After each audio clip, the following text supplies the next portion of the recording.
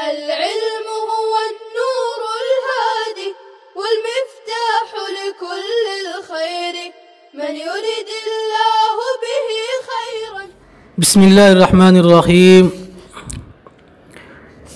ولو سقطت المؤفة قبل اختیار المجنی علیہ، اور اگر شل ہاتھ مجنی علیہ کے اختیار سے پہلے گر جائے، او قطعت ظلمن، یا ظلمن کاٹ دیا جائے، فلا شیء لہ، تو اس کو کچھ بھی نہیں ملے گا.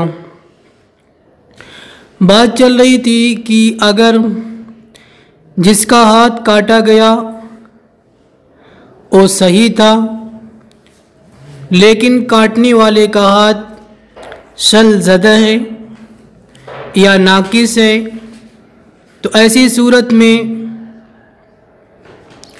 جس کا ہاتھ کاٹا گیا تھا اس کو اختیار مل رہا تھا. اب اگر مقطوع نے، یعنی جس کا ہاتھ کاٹا گیا، جس پر جنایت کی گئی، ابھی کوئی چیز اختیار نہیں کیا تھا، یعنی قصاص اور دیت میں سے کوئی چیز اختیار نہیں کیا تھا، اس سے پہلے اس کا ہاتھ گر گیا یا ظلماً کسی نے اس ہاتھ کو کاٹ دیا، تو اب مقطوع کو، جس کو قصاص یا دیت کا اختیار تھا، کوئی چیز نہیں ملے گی. ہمارے نزدیک ایسا کیوں؟ لأن حقہ متعین فی القصاص، اس لیے کہ اس کا حق قصاص میں متعین تھا. وإنما ينتقل إلى المال باختیارہ، ابھی اس نے کوئی چیز اختیار نہیں کی تھی. اگر مال اختیار کرتا تو دیت واجب ہو جاتی، لیکن ابھی اس نے دیت کو اختیار، نہ قصاص اختیار کیا تھا اور نہ دیت، تو قصاص میں اس کا حق متعین ہے. اب اگر کوئی اس ہاتھ کو ظلماً کاٹ دے یا جس ہاتھ میں قصاص واجب تھا وہ ہاتھ گر جائے، تو اب جہاں پر قصاص تھا وہ محل ہی ختم ہو گیا، اس لیے اس مقطوع کو کچھ بھی نہیں ملے گا اور اس کا حق ساقط ہو جائے گا. اور مال کی جانب منتقل ہوتے ہیں اس کے اختیار سے، لیکن یہاں پہ کوئی اختیار نہیں پایا گیا، فیسکو، تو لہٰذا اس کے فوت ہونے سے قصاص ساقط ہو جائے گا. بخلاف ما اذا قطعت بحق علیہ، برخلاف اس صورت کے جبکہ اس کا ہاتھ، یعنی کاٹنے والے کا ہاتھ کسی حق کی وجہ سے کاٹا گیا، اس پر کسی کا حق تھا، مثلا اس نے کسی کا ہاتھ کاٹا تھا، چوری کیا تھا، اب اس حق کی وجہ سے اس کا ہاتھ کاٹا گیا، تو کریں یجب علیہ الارش، اس پر دیت واجب ہوگی. لأنہ اوفی بہ حقا، اس لیے کہ اس نے ایک مستحق کو حق دیا گیا، تو اس کا حق، یعنی پہلے اس نے جس کا ہاتھ کاٹا تھا اس کا حق گویا کہ محفوظ ہے معنن، لہذا اس کو دیت ملے گی. قال، فرمایا صاحب قدوری رحمہ اللہ نے، ومن شج رجلا فاستوعبت الشجة ما بين قرنيه وهي لا تستوعب ما بين قرني الشاج فالمسجوج بالخيار إن شاء اقتص بمقدار شجته يبتدئ من أي الجانبين شاء وإن شاء أخذ الأرش. اور جس نے کسی آدمی کے سر کو زخمی کر دیا، سر پھوڑ دیا، فاستوعبت الشجة، اور اس زخم نے سر کے ایک کنارے سے دوسرے کنارے کو گھیر لیا، وہی لا تستوعب،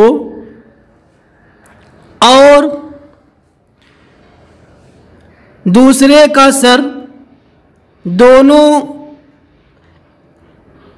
یعنی دوسرا جو زخم ہے،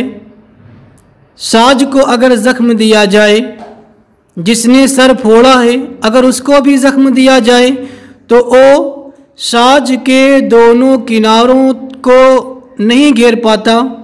یعنی جس کا سر پھوڑا ہے، زخمی کیا، اس کا سر چھوٹا ہے، بہت چھوٹا، اور جو پھوڑنے والا ہے اس کا سر بڑا ہے۔ اس کا سر چھوٹا ہونے کی وجہ سے ایک کنارے سے یعنی مثلا ایک کان سے دوسرے کان تک پہنچ گیا۔ اب اگر اس کا سر بھی پھوڑا جائے تو اس کے دونوں کناروں تک نہیں پہنچ پاتا ہے۔ اب کیا ہوگا؟ کریں فالمسجوج بالخیار، تو یہاں پر جس کا سر زخمی کیا گیا ہے اس کو اختیار ملے گا، اگر چاہے تو اپنے زخم کی بقدر قصاص لے لے اور جس جانب سے چاہے شروع کرے، اپنے زخم کو ناپ لے، پیمائش کر لے، اور جتنا زخم پہنچا ہے اتنا ہی زخم پہنچانے والے کے سر پر زخم دے۔ وَإِنْ شَاءَ، اور اگر ایسا نہیں کرنا چاہتا تو دیت لے لے۔ لِأَنَّ الشَّجَّةَ مُوجِبَةٌ، اس لیے کہ یہ زخم قصاص کو واجب کرنے والا ہے، اس لیے کہ یہ عیب دار بنا دیتا ہے، تو عیب اس کے بڑھنے سے بڑھے گا۔ وفی استیفائہ ما بین قرن الشاج، اور اگر مسجوج جس کے سر کو زخمی کیا گیا ہے اگر وہ اپنا حق وصول کر رہا ہے تو ساج کے دونوں کناروں تک اگر کرتا ہے تو یہ زیادتی ہوگی علی ما فعل، ساج نے جو کیا ہے، ساج نے جتنا زخم دیا ہے، اگر مسجوج ایک کنارے سے دوسرے کنارے تک اس کے سر کو بھی زخمی کرتا ہے تو ظاہر سی بات ہے اس کا زخم، چونکہ اس کا سر بڑا ہے تو زخم زیادہ ہو جائے گا، تو یہ زیادتی ہو جائے گی۔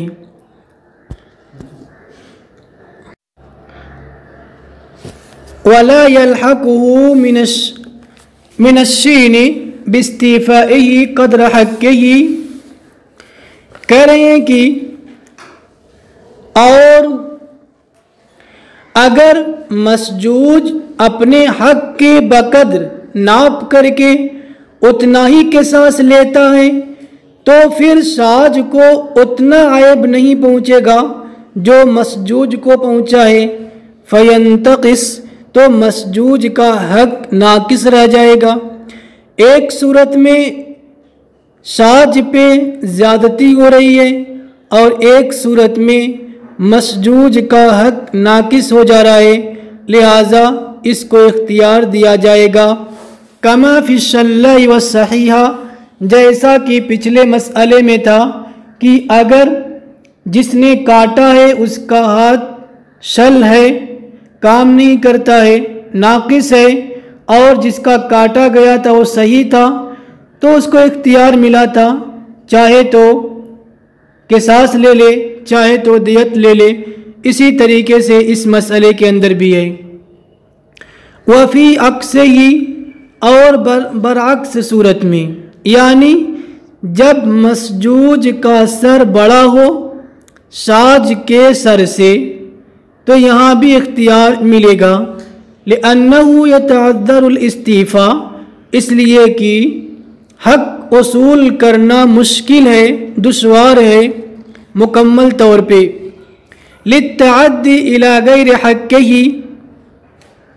اس کے حق کے علاوہ کی طرف متعدی ہونے کی وجہ سے، یعنی کمی بیشی کا امکان یہاں بھی ہے، اس لیے یہاں پر بھی اختیار ملے گا۔ وَكَذَا إِذَا كَانَتِ الشَّجَّةُ اور اسی طرح جب زخم سر کے لمبائی میں ہو اور زخم پیشانی سے گدی تک پہنچ رہا ہو وَلَا تَبْلُغُ إِلَىٰ قَفَ الشَّاج لیکن شاج کے گدی تک نہ پہنچ رہا ہو فَهُوَ بِالْخِيَارِ تو اس کو یہاں پر بھی اختیار ملے گا لأن المعنى لا يختلف اس لیے کہ وجہ میں کوئی اختلاف نہیں ہے، جو وجہ پچھلے مسئلے میں تھی وہی وجہ یہاں بھی پائی جا رہی ہے۔ قال فرمایا ولا قصاص فی اللسان اور زبان میں ولا فی الذکر اور ذکر میں قصاص نہیں ہے۔ وعن ابی یوسف انہ اذا قطع من اصلہ یجب امام ابو یوسف رحمۃ اللہ علیہ فرماتے ہیں اگر جڑ سے کاٹ دیا تو قصاص واجب ہے۔ کیوں ایسا؟ لأنه يمكن اعتبار المساوات اس لیے کہ جڑ سے کاٹا ہے تو مساوات کا اعتبار کرنا ممکن ہے، جس کی زبان یا ذکر جڑ سے کاٹے گئے یہ بھی جڑ سے کاٹ لے گا تو مساوات پائی جائے گی۔ جب مساوات ممکن ہے تو پھر قصاص واجب ہوگا۔ وَلَنَا أَنَّهُ يَنْقَبِضُ وَيَنْبَسِطُ ہماری دلیل یہ ہے کہ زبان یا ذکر ایسے عضو ہیں جو سکڑتے اور پھیلتے ہیں، فَلَا يُمْكِنُ اعتبار المساوات تو مساوات کا اعتبار ممکن نہیں ہے۔ ہو سکتا ہے کہ قصاص لینے میں زیادہ کٹ جائے یا کم کٹ جائے، اس لیے یہاں پر قصاص واجب نہیں ہوگا۔ إِلَّا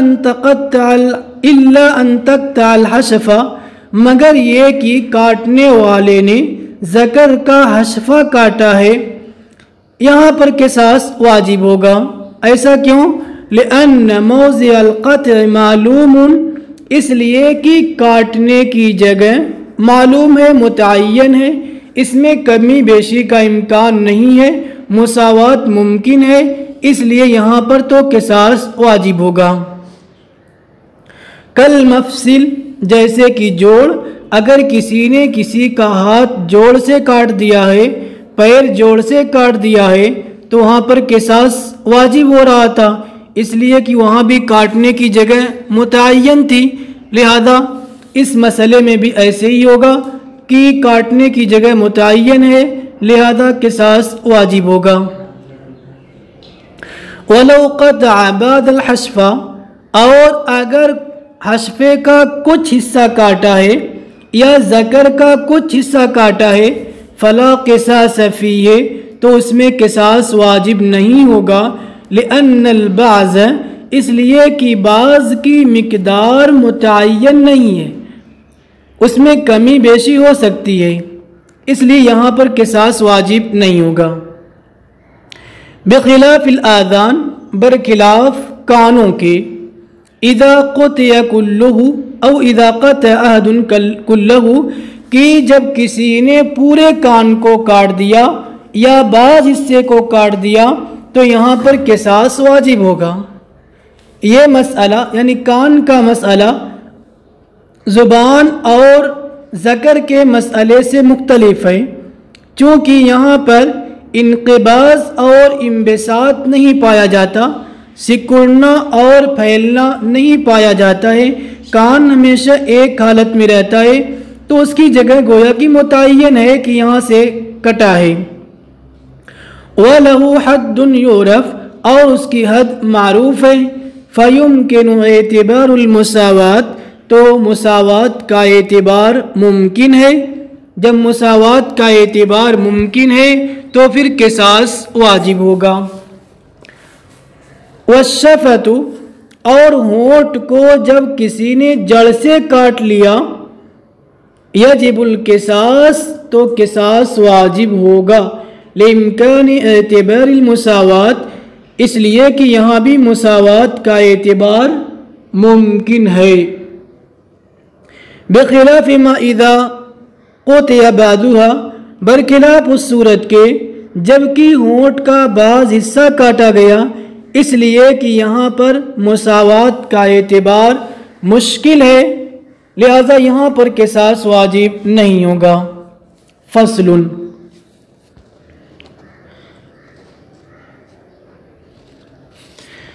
وَإِذَا اصْطَلَحَ الْقَاتِلُ، اور جب قاتل اور مقتول کے اولیاء صلح کر لیں، علی مال، مال پر، سقط القصاص، تو قصاص ساقط ہو جائے گا اور مال واجب ہو جائے گا۔ جس مال پر اتفاق کریں گے اتنا مال واجب ہو جائے گا، قلیلاً کان او کثیراً، مال زیادہ ہو یا کم ہو، یعنی دیت کی جو مقدار ہوتی ہے دیت کی مقدار سے مال کم ہو یا زیادہ ہو۔ لقوله تعالی، اس لیے کہ اللہ تعالیٰ نے فرمایا فمن عفی لہ من اخیہ شیء، تو اس سے معلوم ہوتا ہے کہ معاف کرنے کا اختیار ہوتا ہے۔ علی ما قیل نزلت الآیہ فی الصلح، اس قول کی بنا پر اس قول کی بنا پر کہ جس میں یہ کہا گیا ہے کہ یہ آیت صلح کے سلسلے میں نازل ہوئی ہے۔ وقول علیہ السلام، اسی طریقے سے آپ علیہ السلام کی حدیث ہے، آپ کا قول ہے من قتل له قتیل، الحدیث، کہ جس کا کوئی مقتول قتل کر دیا جائے، یعنی جس کا کوئی آدمی مقتول ملے،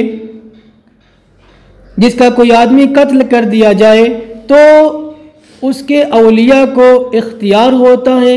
چاہے تو قصاص لے یا چاہے تو دیت لے۔ اس حدیث سے معلوم ہوا کہ مال لینا قصاص کے بدلے صحیح ہے۔ والمراد واللہ اعلم، اور مراد اللہ تعالی جانتا ہے، الاخذ بالرضا علی ما بینہ، رضامندی کے ساتھ لینا، جیسا کہ ہم نے بیان کیا ہے کہ مقتول کے اولیاء قصاص کو چھوڑ کر مال جبھی لے سکتے ہیں جبکہ قاتل راضی ہو، قاتل کی رضامندی کے بغیر مال نہیں لے سکتے۔ وَهُوَ الصُّلْحُ بِعَيْنِهِ، رضامندی کے ساتھ لینا یہ بعینی کیا ہے؟ صلح ہے۔ دوسری چیز وَلِأَنَّهُ حَقٌّ ثَابِتٌ، اس لیے کہ یہ حق ہے جو ورثہ کے لیے ثابت ہے، یجری فی الاسقاط، جس میں اسقاط جاری ہوتا ہے معاف کر کے، اگر ورثہ چاہیں تو معاف کر دیں۔ فَقَضَى تَعْوِيزًا، بس اسی طریقے سے عوض کے ذریعے بھی اسقاط اس میں جاری ہوگا،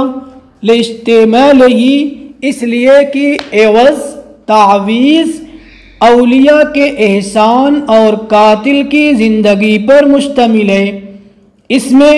اولیاء کا احسان پایا جاتا ہے۔ جب مقتول کے اولیاء نے قصاص نہیں لیا تو گویا کہ اس کو ایک نئی زندگی عطا کر دی، تو قاتل کو زندگی مل گئی، اور اولیاء نے پیسہ لے لیا، پیسہ لے کر اس کی زندگی بخش دی، تو یہ ان کی طرف سے احسان بھی ہیں۔ فَيَجُوزُ، لہذا جائز ہونا چاہیے، جائز ہوگا رضامندی کے ساتھ۔ وَالْقَلِيلُ وَالْكَثِيرُ فِيهِ سَوَاءٌ، اور اس میں کم اور زیادہ برابر ہیں۔ لِأَنَّهُ لَيْسَ فِيهِ نَصٌّ، اس لیے کہ اس میں کوئی نص ایسی نہیں ہے جس میں مقدار کو بیان کیا گیا ہو، لہذا معاملہ ان دونوں کے اتفاق پر چھوڑ دیا جائے گا، جیسے کہ خلا وغیرہ۔ وَإِن لَّمْ يَذْكُرُوا، اور اگر ان لوگوں نے مدت کو ذکر نہیں کیا، نہ تو معجل اور نہ ہی مؤجل، دونوں میں سے کسی مدت کو ذکر نہیں کیا، تو فرماتے ہیں فَهُوَ حَالٌ لِأَنَّهُ مَالٌ وَاجِبٌ بِالْعَقْدِ، تو تعجیل کے ساتھ مال واجب ہوگا، اس لیے کہ وہ ایسا مال ہے جو عقد سے واجب ہوا ہے، اور عقد پایا گیا تو مال فوراً واجب ہو جائے گا۔ والأصل فی امثالہ، اور اصل اس جیسی چیزوں میں، یعنی جو عقد سے واجب ہوتی ہیں اس جیسی چیزوں میں اصل یہی ہے کہ فوراً واجب ہو، جیسے مہر اور قیمت، ثمن، بخلاف الدیت، برخلاف دیت کے، لأنها ما وجبت بالعقد، اس لیے کہ دیت عقد سے واجب نہیں ہوتی ہے۔ السلام علیکم ورحمۃ اللہ وبرکاتہ۔ السلام عليكم، لا تنسوا الاعجاب بالفيديو والاشتراك في القناة تشجيعا لنا لنستمر بنشر المزيد ان شاء الله.